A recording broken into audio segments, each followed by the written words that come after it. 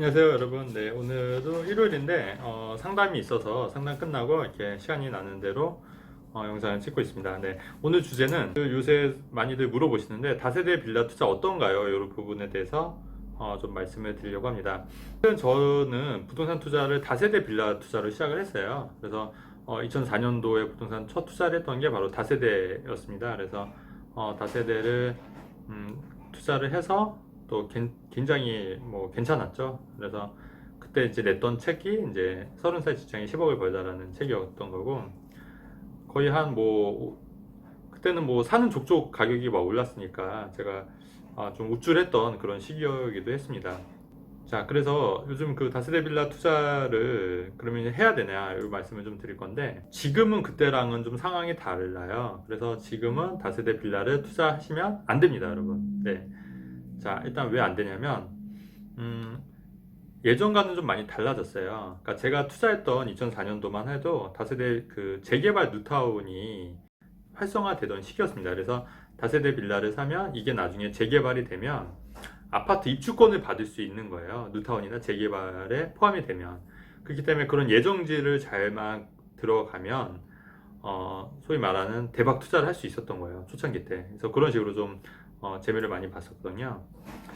근데 지금은 요즘 어떤가요, 여러분? 트렌드가 지금 서울 정부나 그렇고 서울시도 그렇고 전면 이런 재개발보다는 그냥 기존의 도심을 그냥 유지하는 쪽으로, 보수 유지하는 쪽으로 지금 가고 있잖아요.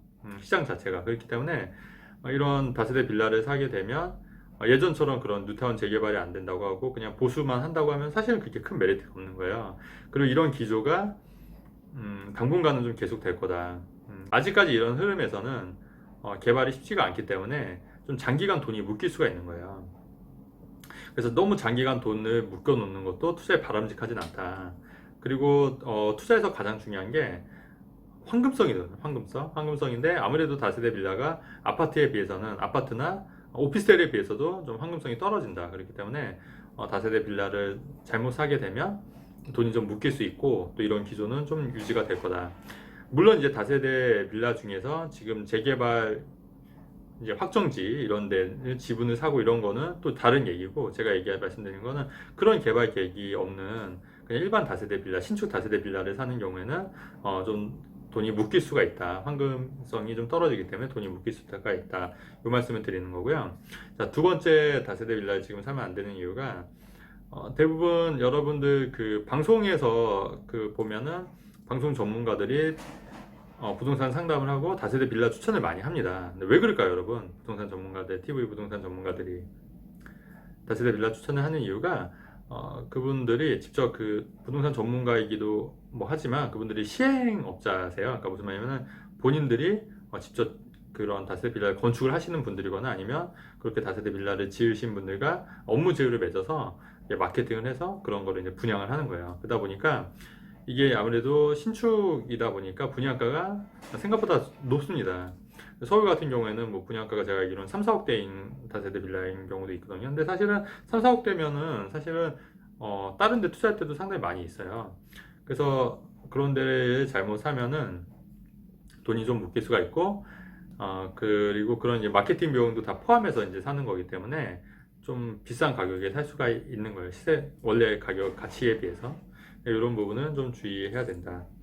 그래서 다세대 빌라는 투자를 안 하시는 게 맞다.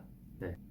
또 하나. 그 다음에 나홀로 아파트는 여러분 어떨까요? 나홀로 아파트. 네, 나홀로 아파트도 오를 때는 그래도 오릅니다. 하지만 나홀로 아파트도 시세가 정말 이렇게 확 오르거나 이러지는 않고, 또 나홀로 아파트도 황금성이 떨어지기 때문에 나홀로 아파트도 상당히 투자할 때 좀 조심하셔야 될 것 같아요. 그래서 다세대 빌라, 나홀로 아파트는 투자에 좀 신중하셔야 된다. 네, 이 말씀 좀 드립니다. 자, 그러면 뭘 해야 될까요, 여러분? 네. 부동산 투자할 때 가장 편한 게, 제가 전에도 말씀드렸듯이 토지도 그 토지 이용 계획하기는 떼보라고 말씀드렸잖아요. 토지도 좀 그렇고 다세대 빌라, 나홀로 아파트도 그렇다고 하면은 어떤 걸 투자해야 되냐면, 초보자일수록 여러분 아파트나 혹은 소유를 하시는 오피스텔 위주로 투자를 하시는 게 더 유리하실 것 같고요. 아파트도 대단지 아파트, 그러니까 나홀로 아파트가 아니라 대단지 아파트. 근데 이제 금액이 문제라고 하면은 꼭 서울 서울에 있는 아파트, 핵심적인 아파트 투자하는 게 좋긴 한데 금액이 안 되는 경우에는 수도권도 관심 가지고 노려볼 만하다 이 말씀드립니다. 제가 이 얘기를 하면 수도권의 아파트는 쳐다도 보지 말아라고 이렇게 주장하시는 분들 많이 있잖아요. 근데 여러분 한번 생각을 해보세요.